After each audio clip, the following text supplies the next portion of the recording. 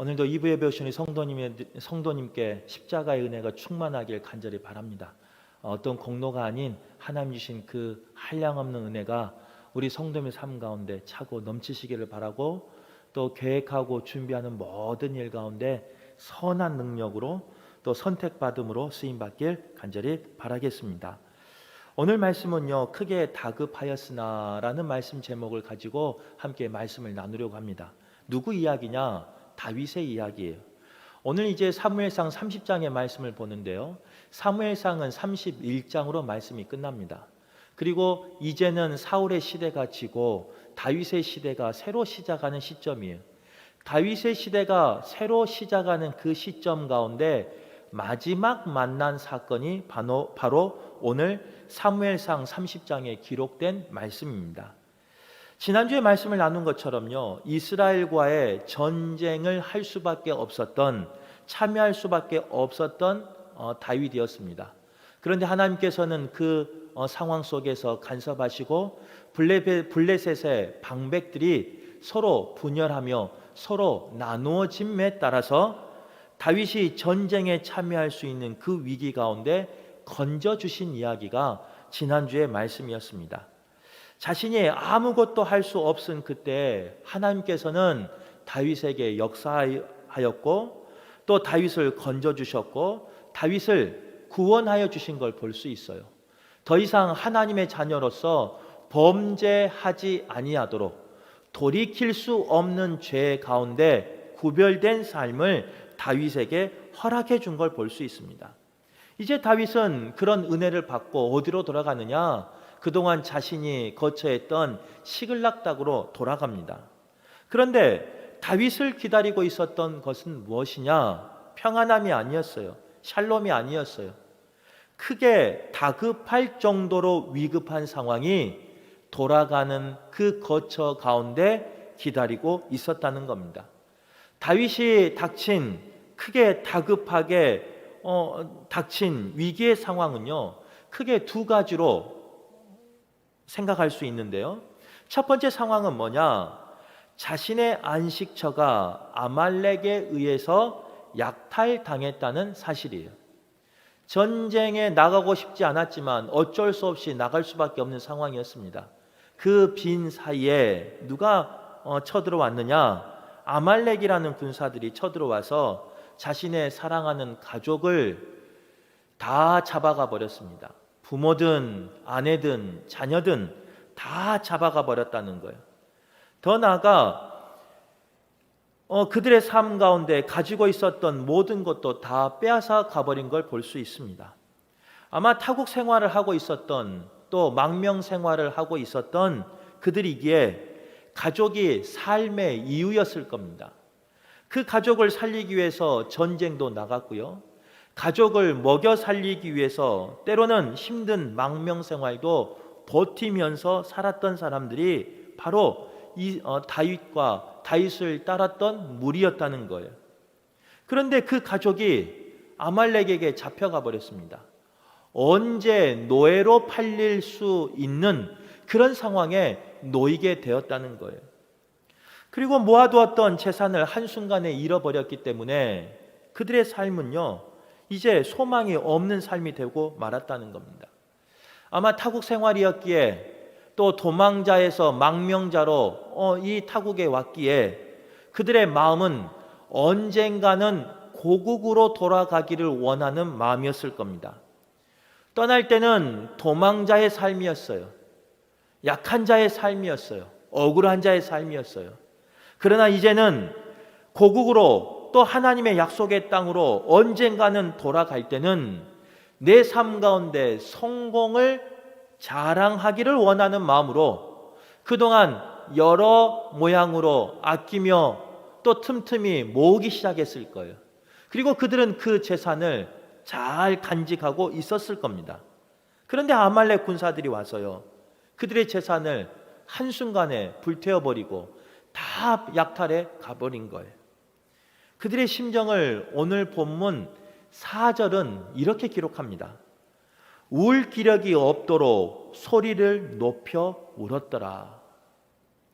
가족을 위해서 죽음까지 각오하고 전쟁터에 나가 싸웠어요.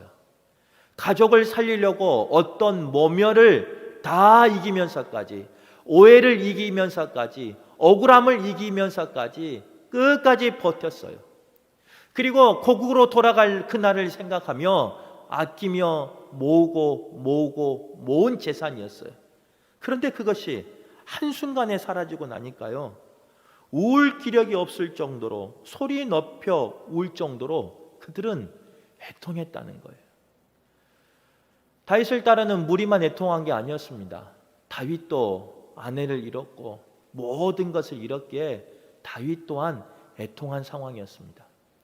그런데 다윗에게 닥친 또 다급한 상황이 한 가지가 더 있는데, 이 일로 인해서 낙심한 추종자들이요, 다윗을 돌을 쳐서 죽이기로 작정했다는 거예요. 지금까지는 동고동락하면서 사람들과 사랑을 나누었던 공동체였어요. 그런데 갑자기 모든 것을 잃어버린 상황 가운데 다윗은 어떻게 되느냐? 그 600명의 사람들로부터 죽음의 위기에 처해 있는, 절망할 수밖에 없는 상황이 바로 다윗의 상황이었다는 겁니다. 이런 다급한 상황 속에서 다윗은 오늘 어떤 선택을 했는지, 어떤 결정을 했는지 성경은 기록하고 있습니다. 바라기는 그 다윗의 모습이 우리의 삶 가운데 선택해야 할 때 기준이 되기를 바라고, 우리가 따라갈 수 있는 표대가 될 수 있기를 간절히 바라겠습니다. 다윗이 위급했을 때 첫 번째 하는 것은 뭐였느냐? 여호와 하나님 앞에 물었다는 거예요. 블레셋으로 망명한 후 다윗은 한 번도 하나님을 찾지 않았습니다. 하나님을 찬양하지 않았습니다. 하나님 앞에 어떤 시로도 경배하지 않았어요.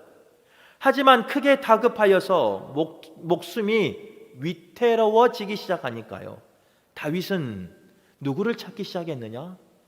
여호와 하나님을 기억하고 여호와 하나님을 찾았다는 거예요. 그래서 다윗은 제사장에게요, 예봇을 가져오라고 하고 여호와의 뜻이 어디 있는지 묻기 시작합니다. 이 모든 것이 무너졌을 때 다윗은 그제서야 여호와 하나님을 바라봤다는 겁니다.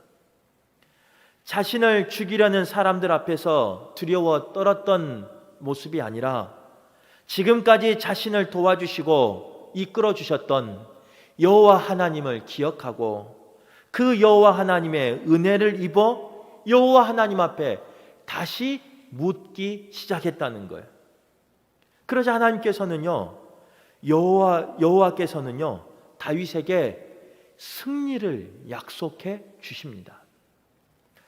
하나님을 믿는 사람이라면, 예수를 그리스도로 고백한 사람이라면, 성령님의 도우심을 바라는 사람이라면 당연하다고 생각할 거예요.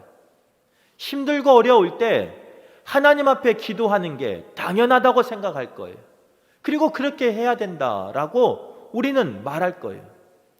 그런데 결단코 누구나 할 수 있는 신앙의 모습이 아니라는 겁니다. 당연하게 고백되는, 당연하게 찾아야 하는 그 하나님을 향한 그 신앙은 누구나 할 수 있는 그런 신앙 고백이 아니라는 거예요. 우리가 알고 있는 사울왕을 봐보세요. 사울왕은 하나님을 믿는 사람이었습니다. 그리고 하나님 앞에 선택받은 사람이었습니다. 하나님 앞에 기름 부음 받은, 선택받은 사람이 사울이었습니다. 그런데 사울의 삶 가운데 다급해지고 위급해지니까, 두려워지니까 사울은 누굴 찾아가느냐? 엔돌에 있는 무당을 찾아간 걸 볼 수 있어요. 사울만 그런 게 아닙니다. 조금 전에 나누었던 다윗도 그랬어요. 다윗도 오늘 30장에서만 다급한 게 아니었어요. 그동안 나누었던 사무엘상 전체를 보면요, 다윗은 다급한 상황이 많이 있었어요. 위급한 상황이 많이 있었어요. 두려운 상황이 많이 있었어요. 그때 다윗을 보면요, 때로는 자신의 생각으로 결정할 때 있었고, 때로는 그 생각에 이끌려 이방 나라로 도망가 버릴 때도 있었습니다. 그리고 거기서 끝나는 것이 아니라 이방 왕에게, 사람에게 도움을 청했던 사람이 누구냐? 바로 다윗이라는 거예요. 하나님의 사람이기에 하나님 앞에 기도하는 게 당연하게처럼 여겨지지만 우리의 삶 가운데 그러지 못할 때가 있다는 거예요. 그러나 사울의 시대가 지나고 이제 다윗의 시대가 시작할 무렵, 마지막 사건 속에서, 이 다급한 위기 속에서 다윗은 이전과 다른 선택을 하며 이전과 다른 반응을 보인다는 거예요. 그 다급함 속에서 다윗은요, 하나님을 찾았고 하나님의 뜻을 물었고 하나님으로 힘입고 하나님이 주신 그 용기를 얻었다는 거예요. 바로 이 모습이 다윗이 하나님 앞에 선택받은 이유이고, 다윗이 하나님 앞에 사랑받는 비결이고, 다윗이 하나님 앞에 쓰임받는 비결이라는 거예요. 때로는 다윗처럼요, 두려움에 빠질 때가 있습니다. 때로는 다급할 때가 있습니다. 무서워서 도망갈 때가 있습니다. 그러나 다윗은 그 위기의 순간에 마지막에는 어떻게 했느냐? 하나님 앞에 돌아왔다는 거예요. 하나님을 찾았다는 거예요. 이것이 다윗을 다윗되게 하는 거예요. 바라기는 우리의 삶 속에서도 그런 은혜가 있기를 간절히 바랍니다. 살다 보면 실족할 때가 있어요. 살다 보면 숨어 지낼 때도 있어요. 살다 보면 다른 곳으로 떠나 도망자의 삶을 살 때도 있어요. 그러나 그것이 어디이든 오늘 말씀을 기억하는 우리 성도들 되시기를 바라요. 아무리 낮은 곳이라도, 아무리 깊은 곳이라도, 아무리 다시 일어설 수 없는 그 실패의 자리라도 하나님을 기억하며 하나님을 찾으며 하나님 앞에 기도하는 우리 모두가 되길 간절히 바라겠습니다.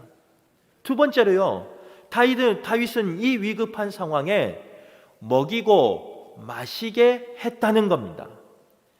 하나님의 뜻을 확인한 다윗은 600명의 사람과 아말렉 군사를 쫓아갑니다.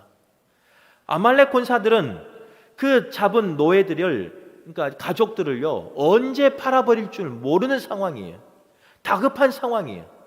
빨리 그 아말렉 군사를 찾아서 내 사랑하는 부모를, 아내를, 자녀를 찾아야 돼요. 조금이라도 늦어지면요, 내 부모가, 내 아내가, 내 자녀가 노예로 팔려갈 수 있는 상황이에요. 하지만 이 아말렉 군사의 그 근거지는 어디였느냐? 광야였어요. 광야인데 한 곳에 머물러 살지 않았어요. 그곳은 먹을 것이 없었고 마실 물이 없었기에 이곳저곳을 유랑해 다니면서 노략질하는 민족이 바로 아말렉 군사였어요. 그래서 광야로 쫓아갔지만, 급한 마음에 달려갔지만 3일이나 뒤진 그 시간 가운데 광야에서 아말렉 군사를 찾는다는 것은요, 모래 가운데 바늘을 찾는 것과 같이 어려운 일이었어요.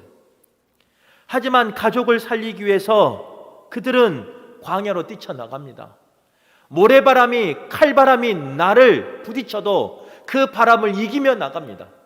내 눈을 뜰 수 없는 그 모래바람이, 모래가 내 눈에 들어와서 눈을 뜰 수 없는 그 상황 속에서도요, 눈을 비비며 내 가족을 찾아 나섭니다. 목마른 상황이었어요. 그러나 목도 축일 수 없는 상황이에요. 그 시간에 내 자녀가, 내 아내가, 내 부모가 팔려갈까봐 목도 축이지 아니하고 배고픔도 있고 사랑하는 가족을 찾기 위해서 죽을 만큼 광야를 이리저리 헤매고 다니는, 찾아다니는 그런 상황이었습니다. 그러다 보니까 무슨 일이 생기냐면요, 처음에는 600명이 출발하는데 그 600명 중 200명이 피곤해 지쳐버립니다. 낙오자가 생겨버려요. 더 이상 그 수색 가운데, 더 이상 그 전쟁 가운데 참여하지 못하는 상황이 이뤄지고 많은 상황이에요. 전쟁을 언젠가는 모르지만 치러야 돼요. 아말렉 군사를 만나면요, 그 사람들과 싸워서 이겨서 내 사랑하는 가족을, 전리품을, 내 재산을 찾아와야 되는 상황이에요. 군사 한 명이 아쉬운 상황이에요.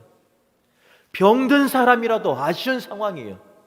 내 편이면, 칼만 들 수 있으면 누구든 데려가고 싶은 상황이 지금의 상황이에요.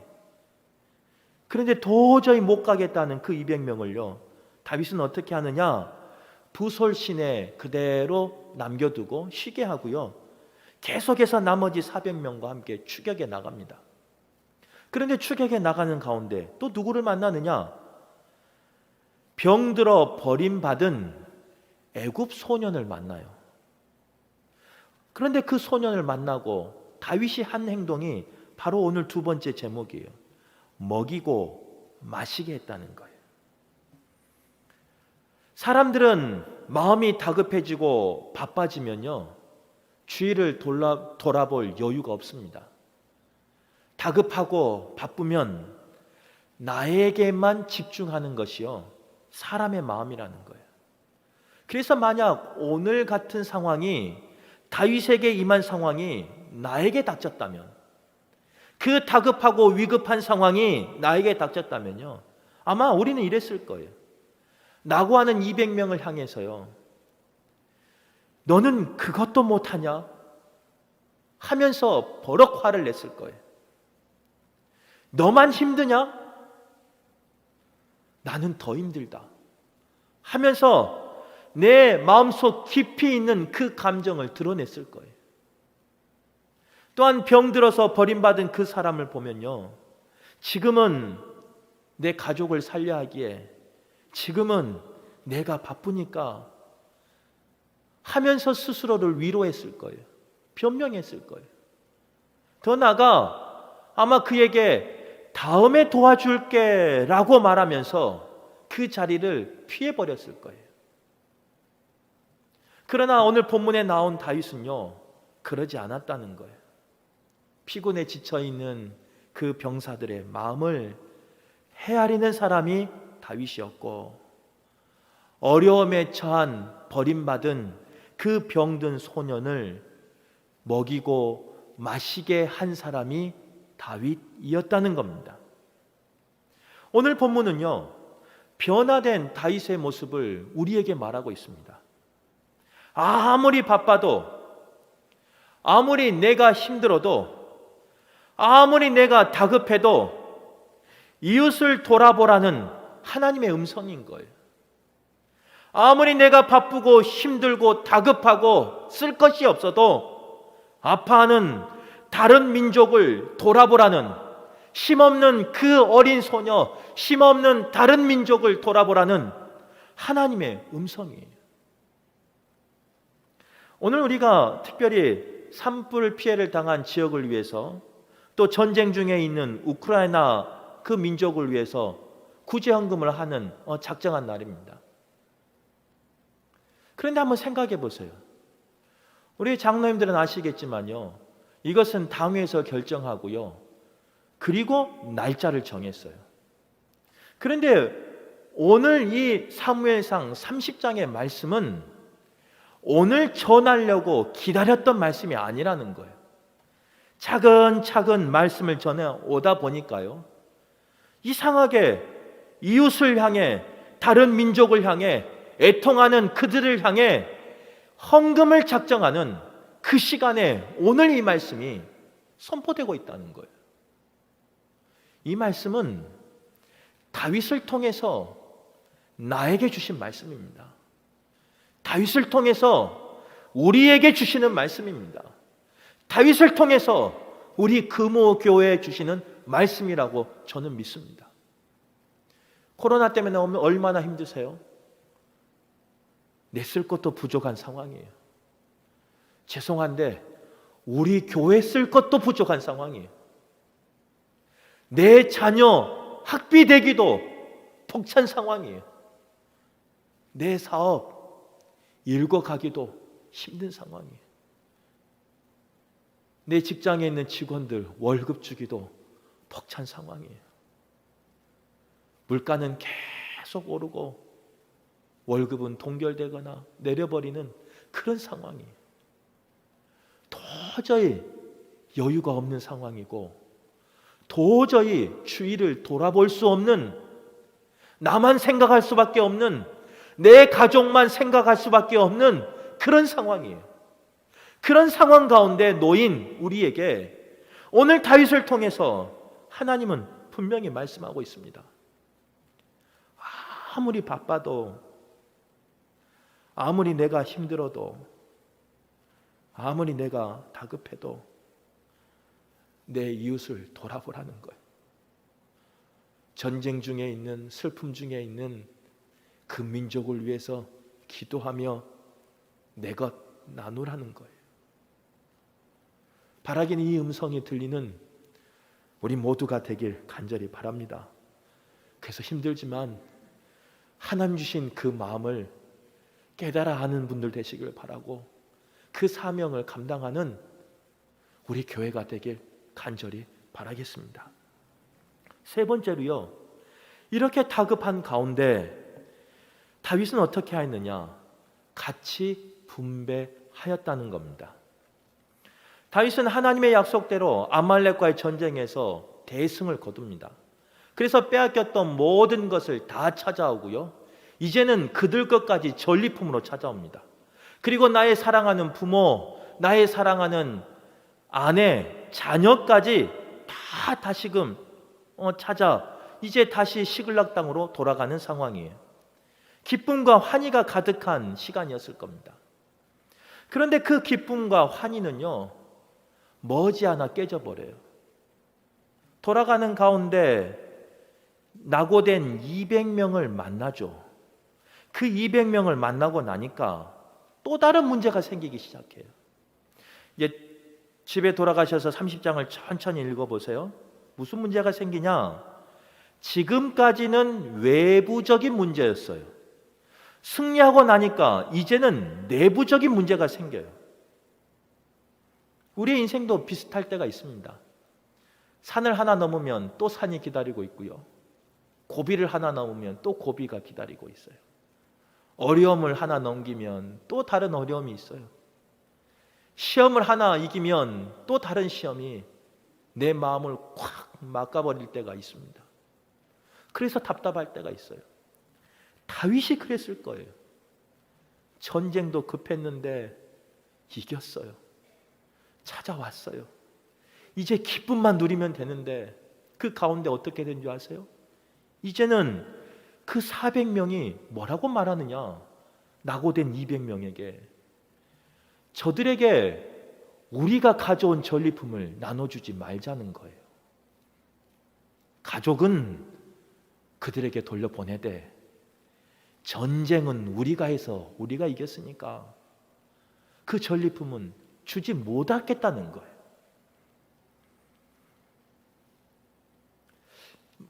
어떻게 보면 맞는 말이죠. 그 당시의 문화나 사회적인 상식적인 선에서 생각하면요, 합리적인 사고 가운데서는요, 맞는 말이죠. 그들은 전쟁에 참여하지 않았어요. 목숨을 걸고 전쟁하지 않았어요. 그러기에 그들과 우리는 다르다는 거예요. 그래서 그들에게 나누는 것은 아깝다는 거예요. 이것이 바로 세상의 시선입니다. 세상은 우리에게 그렇게 가르쳐요. 세상은요, 수고한 만큼, 내가 노력한 만큼, 내가 희생한 만큼 받아야 한다라고 가르쳐요. 그런데 이 문제 가운데 다윗은 어떻게 하느냐? 자칫 잘못하면 이 공동체 가운데 분열이 생길 수밖에 없는 그 다급한 상황 가운데 다윗은 하나님의 은혜로 이 모든 것을 해결해 버립니다. 어떤 은혜냐? 이 전쟁이 누구에게 속한 전쟁인가를 물어봐요.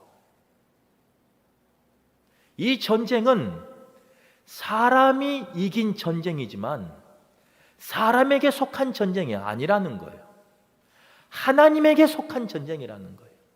그러기에 이 전쟁을 이기게 하신 분은 사람의 능력이 아닌 하나님의 능력이라는 거예요. 광야 가운데 찾을 수 없었던 그 아말렉을 찾을 수 있었던 것은 한 소년의 도움이 아니라 하나님이 그 소년을 이스라엘에게, 다윗에게 붙여주었기 때문에 하나님이 이끄신 거라는 거예요.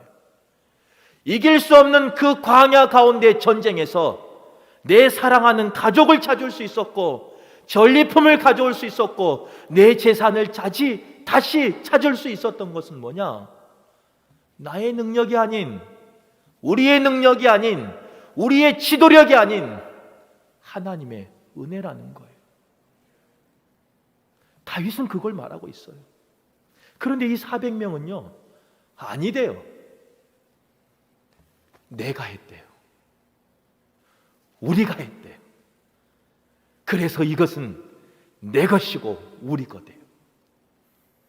그런데 하나님은 그런 400명에게 다윗을 통해서 뭘 말하느냐? 아니라는 거예요. 하나님이 하셨고, 하나님이 이기게 하셨고, 하나님이 아무런 공로 없는 너희를, 아무런 힘없는 너희를 들어서 주셔서 승리케 하시고 생명을 보존하시고 복을 주셨다는 거예요.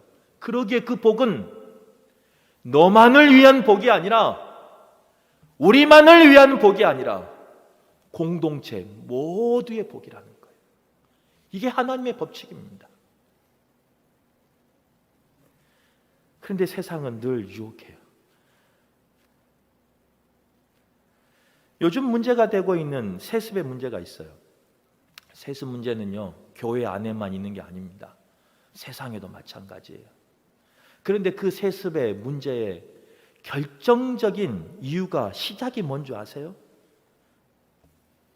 내가 했다는 거예요. 내가. 이 큰 기업을 내가 했기 때문에 내가 내 자녀에게 물려준다는 거예요.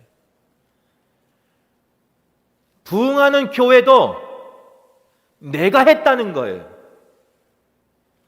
나의 능력으로, 나의 힘으로, 나의 열정으로, 나의 헌신으로 여기까지 왔다는 거예요. 그래서 내가 했기에 내 가족에게 준다는 거예요. 그런 우리에게 하나님은 분명히 말씀하십니다. 아니라는 거예요. 세상은 모르겠지만, 세상에 대해서 이야기할 자격도 없지만, 적어도 주의 나라는, 교회는 하나님이 하셨다는 거예요. 부족하지만 하나님이 은혜를 주셔서 목회할 수 있게 하셨고, 부족하지만 하나님이 은혜를 주셔서 죄를 덮어주셔서, 죄를 사해 주셔서 말씀 전하게 하셨고, 연약하지만 하나님이 힘 주셔서 일하게 하셨고, 사명 주셨고, 그 사명을 감당하게 하신 분은 누구냐? 여호와 하나님이시라는 거예요. 네가 아니라는 거예요. 목사에게만 속한 게 아닙니다. 우리 성도님들이 얼마나 이 교회를 세우기에, 얼마나 하나님의 나라를 세우기에 헌신하셨습니까? 때로는 자녀들의 학비를 아끼면서까지, 학원비를 아끼면서까지, 내 자녀의 미래를 담보하면서까지 성전을 지을 때 헌신한 분들이셔요.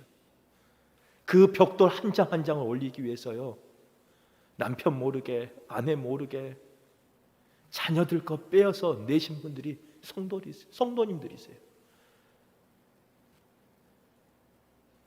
눈물로 기도하며 세운, 눈물로 기도하며 지킨 교회예요.